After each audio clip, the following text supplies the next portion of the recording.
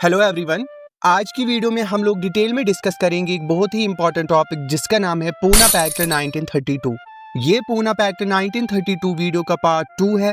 पिछली वीडियो में हमने कम्युनियल अवार्ड और पूरे पैक्ट के हिस्टोरिकल बैकग्राउंड को देखा था। आज हम इसी पूना पैक्ट 1932 में क्या क्या एग्रीमेंट हुए, साथ ही साथ इन एग्रीमेंट्स को कम्युनियल अवार्ड के साथ कंपेयर करते हुए चलेंगे। तो सबसे पहले देखते हैं कि 1932 को जो कम्युनियल अवार्ड अनाउंस किया गया था उसमें डिप्रेस्ड क्लासेस को क्या क्या ऑफर किया गया था। सबसे पहली चीज जो कम्युनियल अवार्ड ने की वो ये थी कि कम्युनियल अवार्ड ने Muslim, Sikhs, Indian Christians, Anglo Indians और यूरोपियंस के साथ साथ डिप्रेस्ड क्लासेस को भी एक माइनॉरिटी कम्युनिटी का दर्जा दिया, जबकि इस अवार्ड से पहले डिप्रेस्ड क्लासेस को हिंदू कम्युनिटी का पार्ट माना जाता था, जो कि उस वक्त भी और आज भी मेजॉरिटी में है। तो इस अवार्ड ने एक नई चीज की कि डिप्रेस्ड क्लासेस को हिंदू से अलग करके देखा गया और उन्हें माइनॉरिटी का स्टेटस दिया गया। इस अवार्ड में डिप्रेस्ड क्लासेस के लिए प्रोविंशियल असेंबलीज में 71 सीट्स रिजर्व की गई थी, जिन पर डिप्रेस्ड क्लासेस के कैंडिडेट्स सेपरेट इलेक्टोरेट के जरिए चुने जाने थे। इसके अलावा डिप्रेस्ड क्लासेस के कैंडिडेट्स को ये भी इजाजत थी कि वो 71 रिजर्व्ड सीट्स के अलावा जनरल कॉन्स्टिट्यूएंसीज से भी इलेक्शंस लड़ सकते हैं। और इसी अवार्ड में ये भी कहा गया था कि ये जो सेपरेट इलेक्टोरेट और रिजर्वेशन के बेनिफिट्स डिप्रेस्ड क्लासेस को दिए जा रहे हैं वो सिर्फ 25 साल के लिए वैलिड रहेंगे। अपनी पिछली वीडियो में हमने देखा था कि कम्युनियल अवार्ड के रेस्पॉन्स में गांधी जी ने 20 सितंबर 1932 को यरवेड़ा जेल से आमरण अनशन शुरू किया था, जिसके चलते गांधी जी की तबीयत लगातार खराब हो रही थी।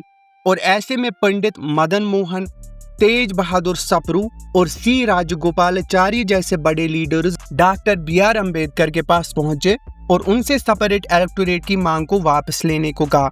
और इसी प्रेशर में आके फाइनली अम्बेडकर और गांधी जी के बीच निगोशिएशन शुरू हुई और इन्हीं निगोशिएशंस के बेस पर पूना पैक्ट का एग्रीमेंट हुआ।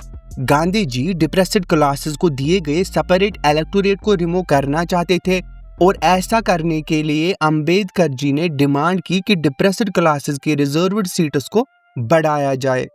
कम्युनियल अवार्ड में डिप्रेस्ड क्लासेस को 71 सीट्स ऑफर की गई थी और पूना पैक्ट में रिजर्व्ड सीट्स की संख्या बढ़ाकर 148 कर दी गई।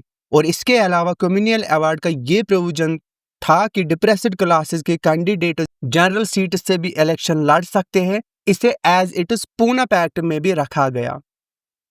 देखा जाए तो रिजर्व्ड सीट्स को 2 गुना से भी ज्यादा कर दिया गया था और इन्हीं बढ़ी हुई सीट्स पर सिर्फ डिप्रेस्ड क्लासेस के ही कैंडिडेट्स खड़े हो सकते थे और उनका चुनाव जॉइंट इलेक्टोरेट के द्वारा होना था, जबकि कम्युनियल अवार्ड में डिप्रेस्ड क्लासेस के कैंडिडेट्स को सेपरेट इलेक्टोरेट के द्वारा चुना जाना था। तो ये सेपरेट इलेक्टोरेट और जॉइंट इलेक्टोरेट का जो डिफरेंस है उसे समझना जरूरी है। मान लीजिए एक कॉन्स्टिट्यूएंसी में जहां पर बहुत सारे लोग रहते हैं जो डिफरेंट कम्युनिटीज या रिलीजन से बिलोंग करते हैं, ऐसे किसी भी कॉन्स्टिट्यूएंसी के जो एलिजिबल वोटर्स होते हैं उनको कहा जाता है इलेक्टोरेट। अगर इन एलिजिबल वोटर्स को उनकी कम्युनिटी या रिलीजन के बेस पर बांट दिया जाए और कहा जाए कि सभी कम्युनिटीज को अपनी कम्युनिटी के रिप्रेजेंटेटिव को चुनना है, जिसके लिए वोटिंग सिर्फ उस कम्युनिटी के ही लोग करेंगे, तो ऐसी एग्रीमेंट को सेपरेट इलेक्टोरेट कहा जाता है। जबकि जॉइंट इलेक्टोरेट के केस में सभी एलिजिबल वोटर्स चाहे वो किसी भी कम्युनिटी या रिलीजन के हो, सभी लोग मिलकर वोट करके अपने रिप्रेजेंटेटिव चुन सकते हैं। तो ये तो हुआ सेपरेट इलेक्टोरेट और जॉइंट इलेक्टोरेट के बीच का डिफरेंस। अब रिजर्व्ड सीट्स के केस में ये कैसे वर्क करता है ये भी समझते हैं। देखिए, मान लीजिए कि एक कॉन्स्टिट्यूएंसी की टोटल पॉपुलेशन है 10 लोग और ये कॉन्स्टिट्यूएंसी डिप्रेस्ड क्लासेस के लिए रिजर्व्ड है और इलेक्शन होने हैं सेपरेट इलेक्टोरेट के द्वारा, तो क्या होगा? ऐसे में सिर्फ डिप्रेस्ड क्लासेस के ही कैंडिडेट्स इलेक्शन में खड़े हो पाएंगे और वोटिंग का अधिकार भी सिर्फ यहाँ के डिप्रेस्ड क्लासेस के लोगों को ही होगा। लेकिन अगर इसी रिजर्व्ड सीट पर इलेक्शन जॉइंट इलेक्टोरेट से कराए जाए तो क्या होगा और क्या फर्क आएगा? तो अब भी क्योंकि सीट रिजर्व्ड है तो इलेक्शन में सिर्फ डिप्रेस्ड क्लासेस के ही कैंडिडेट्स खड़े हो पाएंगे लेकिन वोटिंग का अधिकार सभी कम्युनिटीज के पास होगा। आई होप कि आपको सेपरेट इलेक्टोरेट और जॉइंट इलेक्टोरेट के बीच का डिफरेंस एकदम क्लियर हुआ होगा। पूना पैक्ट में कहा गया कि इस पैक्ट में जो रिजर्वेशन दिया गया है वो 10 साल के लिए कंटिन्यू रहेगा, अनलेस कोई म्यूचुअल एग्रीमेंट के जरिए इसे टर्मिनेट न कर दिया जाए। हालांकि कम्युनियल अवार्ड में यही टर्म 25 साल के लिए था। 148 रिजर्व्ड सीट्स का डिस्ट्रीब्यूशन कैसे होना था वो देखते हैं। देखिए, 30 सीट्स जो है वो मद्रास में रिजर्व की गई थी, बॉम्बे और सिंध में 15-15 सीट्स, पंजाब में 18 seats, Bihar, Orissa, central provinces में 20 सीट्स, आसाम में 7 सीट्स, बंगाल में 30 सीट्स और यूनाइटेड प्रोविंसेस में डिप्रेस्ड क्लासेस के लिए बैकवर्ड क्लासेस की सीट्स रिजर्व की गई थी।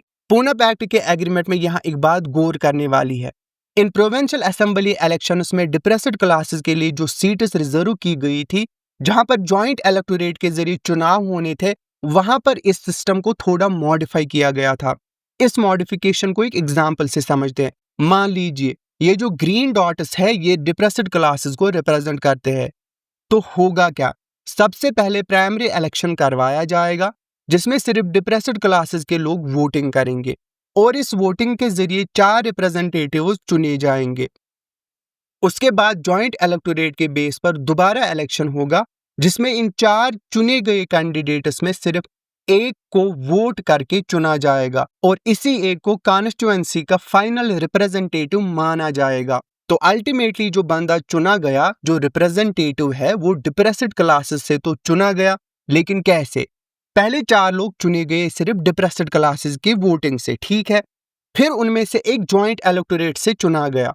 इसके अलावा 19% सीट सेंट्रल लेजिस्लेटिव असेंबली में भी रिजर्व की गई थी और यहाँ पर भी डिप्रेस्ड क्लासेस के कैंडिडेट्स को जॉइंट इलेक्टोरेट के जरिए ही चुना जाना था, सेम प्रोसेस से।